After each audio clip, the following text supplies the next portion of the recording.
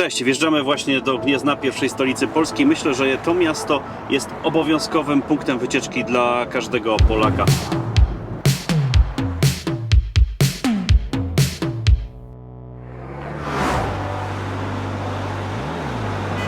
Wspaniałe miejsce na to, żeby wybrać się tutaj w wolny weekend, wolny dzień i przynajmniej te kilka godzin poświęcić na to, żeby poznać te historyczne, piękne miejsca. Gniezno to pierwsza stolica Polski. Od którejkolwiek strony byście tutaj nie wjechali, nad całym miastem króluje zdecydowanie Gnieźnieńska Katedra i aż kusi, żeby od niej rozpocząć zwiedzanie tego miasta. Gnieźnieńska Katedra to świadek historii, jeden z najcenniejszych polskich zabytków i z pewnością temat na osobny odcinek. Trzeba tylko powiedzieć, że jest to punkt obowiązkowy wycieczki do Gniezna.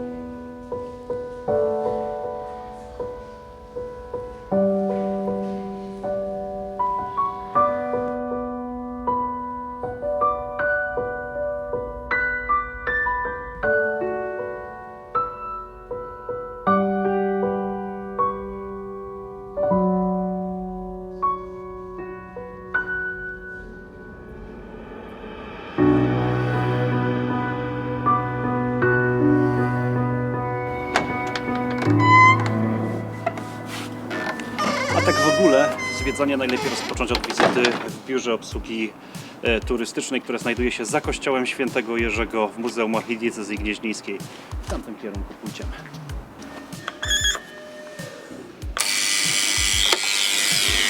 Dzień dobry, proszę Pani, byliśmy w katedrze, drzwi są zamknięte gnieźnieńskie. Czy jest możliwość, żeby je zobaczyć? Tak, oczywiście można sobie wykupić u nas karnet. W tym karnecie ma Pan audioprzewodnik.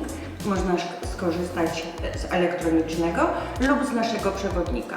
Wejścia co 15 minut, podziemia co pół godziny. W tym karnecie ma Pan też jeszcze muzeum. Ile on kosztuje? 31 zł normalnie i 22 ulgowe. Dobrze, dziękuję bardzo. Proszę. Proszę sobie zabrać słuchawki z wieszaka. Przy zwiedzaniu Muzeum Archidiecezji Gnieźnieńskiej skorzystamy z audioprzewodnika. Centralne miejsce zajmuje kielich z wielobarwną agatową czaszą i złotą podstawą. Proszę go odnaleźć, stoi na białym podwyższeniu. To tak zwany kielich świętego Wojciecha. Agatowy kubek, z którego wykonano czaszę kielicha, został podarowany świętemu Wojciechowi przez cesarzową Teofano, matkę Ottona III. A więc wracamy z naszym karnetem do Gnieźnieńskiej Katedry, zobaczyć podziemia i drzwi gnieźnieńskie. Co ważne, żeby zwiedzić drzwi gnieźnieńskie, na przewodnika trzeba czekać przy tych drzwiach, które widzicie za moimi plecami, a znajdują się one za pomnikiem Bolesława Chrobrego, nie wewnątrz katedry.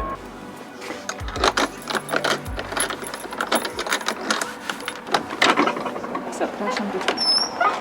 Jeśli chodzi o to miejsce, konkretnie jesteśmy w kruchcie południowej Bazyliki Prymasowskiej, no i przed nami te najstarsze i najważniejsze drzwi w Polsce, czyli drzwi gnieźnieńskie. Pochodzą z XII wieku i są wyjątkowe przede wszystkim ze względu na historię świętego Wojciecha. Ona jest przedstawiona w 18 scenach. Sceny oblane są w brązie. Często mówimy, że drzwi są swego rodzaju komiksem średniowiecznym. No i jak czytamy tę opowieść? Warto wiedzieć, że rozpoczynamy na lewym skrzydle na dole. Tam jest radość matki po narodzinach Wojciecha i jego kąpiel. A kolejne sceny czytamy wspinając się po lewym skrzydle. 9 opowieści, przychodzimy na prawe i prawe skrzydło, ta opowieść czytana jest z góry na dół. Król zwierząt, lew, symbol mocy, zwycięstwa, zmartwychwstania. Odnajdą go Państwo na banknocie 20-złotowym, a został umieszczony, żeby podkreślić ważność świętego Wojciecha, ważność drzwi królewskich i Gniezna w historii Polski.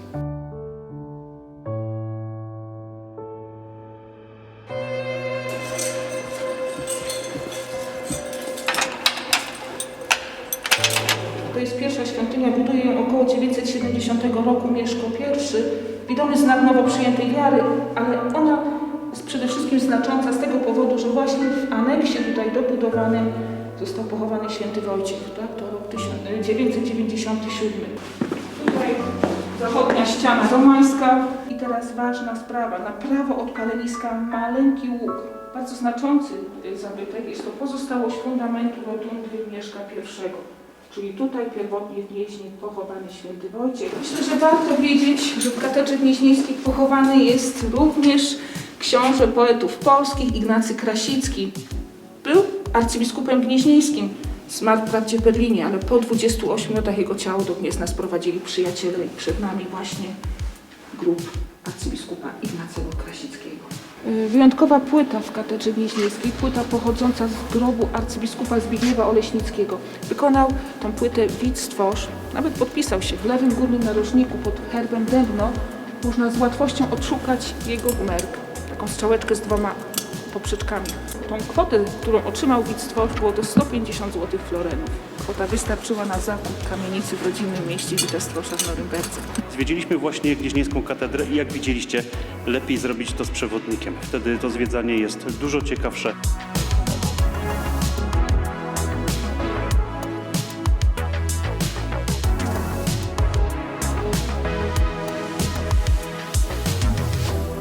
To Pałac Prymasowski w Gnieźnie podczas swojej pierwszej pielgrzymki do Polski. Z tego balkonu do Polaków przemawiał Jan Paweł II.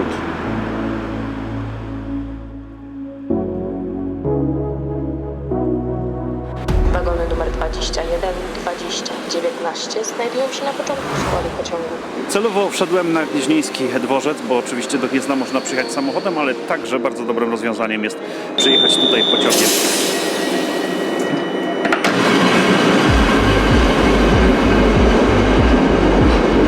Jeśli chodzi o linie kolejowe, Gniezno jest bardzo ważnym węzłem komunikacyjnym, no i można dotrzeć tutaj z północy, z południa, z wschodu i zachodu Polski, a co najważniejsze, sam dworzec znajduje się prawie w centrum miasta i jest tutaj bardzo blisko do głównej ulicy, do deptaku gnieźnieńskiego, do Gnieźnieńskiej katedry, do Muzeum Początków Państwa Polskiego, także jest to na pewno bardzo fajne rozwiązanie. Zaraz po wyjściu z dworca przywita nas sylwetka pierwszego z 5 polskich królów koronowanych w Gnieźnie. Co prawda nie chronologicznie, bo będzie to 4. z kolei polski król, Przemysł II. Rzeźby 5 polskich królów stanęły stosunkowo niedawno, bo na przełomie roku 2017 i 2018 pomysł bardzo fajny.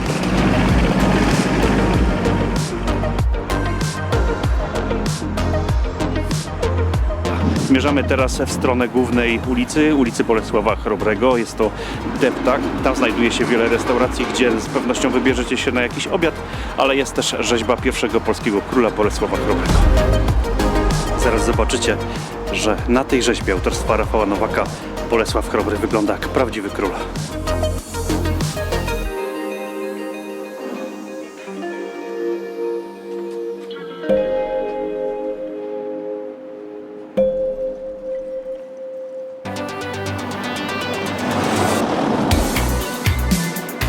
Jeśli przyjeżdżacie do Gniezna z dziećmi, koniecznie zainstalujcie aplikację Królika Goń.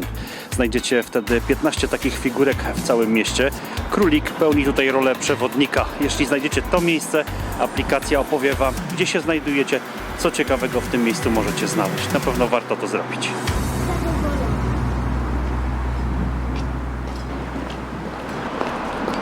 Na ulicy Dąbrówki znajdujemy kolejną rzeźbę 3. już króla Polski. Tym razem spotkaliśmy Bolesława Śmiałego. Powiem Wam, że nawet dla mnie, jako rodowitego gnieźnianina, fajna zabawa z tym odnajdywaniem rzeźb pierwszych 5 królów koronowanych w Gnieźnie. Zmierzam w kierunku rzeźby króla Mieszka II. Znajduje się niby na uboczu, ale widzę tutaj zamierzony cel. Ci, którzy projektowali tę trasę, niejako w ten sposób troszeczkę zmusili turystów, żeby zeszli kilkadziesiąt, kilkaset metrów od tych głównych traktów miejskich, ulicy Dąbrówki, od ulicy Chrobrego, no i zwiedzili inne ciekawe miejsca. Także tutaj, obok rzeźby Mieszka II, znajduje się ciekawy kościół Jana Chrzciciela, a nim przez Dolinę Pojednania wrócicie na Gnieźnieński rynek.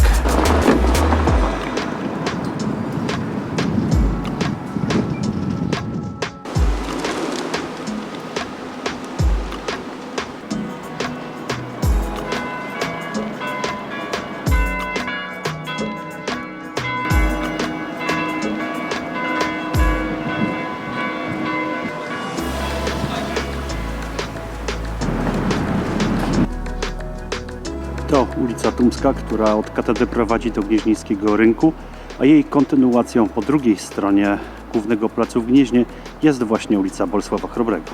Idąc ulicą Tumską od strony katedry w kierunku Gnieźnieńskiego Rynku, warto skręcić w lewo w ulicę Podgórną. Na jej końcu znajduje się poniemiecki budynek sądu, w którym sądzono dzieci wrzesińskie, a w budynku B, gdzie za moment pójdziemy, kręcono sceny do miniserialu Ballada o Januszku. Trudno. Albo będę jeszcze miała syna, albo niech już do śmierci gnije za kratą więzienia. To serial z lat 80., a więc ci młodsi widzowie mogą nie pamiętać, ale starsi z pewnością tak. Kościół Świętej Trójcy, kościół farny, doskonale widać i można zwiedzać od strony Gnieźnieńskiego Rynku. Polecam to jednak zrobić od ulicy Stromej. Tutaj możecie zobaczyć fragmenty pozostałości już ostatnie murów miejskich, które otaczały średniowieczne miasto. Zostały wzniesione po tym, jak Gniezno otrzymało prawa miejskie przed 1243 rokiem, a więc te mury są z końcówki XIII i początku XIV wieku. Warto uwagę zwrócić na te piramidy. One symbolizują bramy miasta. Stoją w miejscach, gdzie kiedyś stały bramy.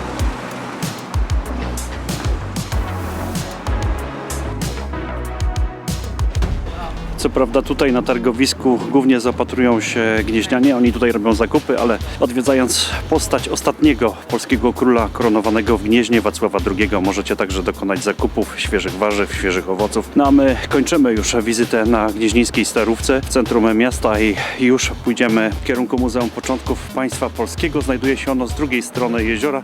Ja może Wam w tej chwili pokażę, bo tutaj nawet stąd też widać budynek. Jak widzicie, park bardzo przyjemny, dookoła niego miejsca, ławki, leżaki. Jak tylko się zrobi ciepło, można tutaj naprawdę złapać drugi oddech. Po krótkim odpoczynku tym parkiem wokoło jeziora można dojść do Muzeum Początków Państwa Polskiego.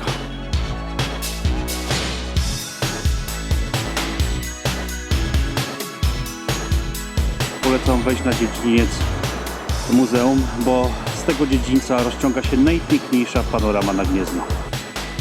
Mam nadzieję, że ta krótka wycieczka szlakiem 5 polskich królów, tych koronowanych w Gnieźnie, tych pierwszych, Wam przypadła do gustu, że się dobrze bawiliście. Jeśli tak, to subskrybujcie kanał i do zobaczenia na szlaku.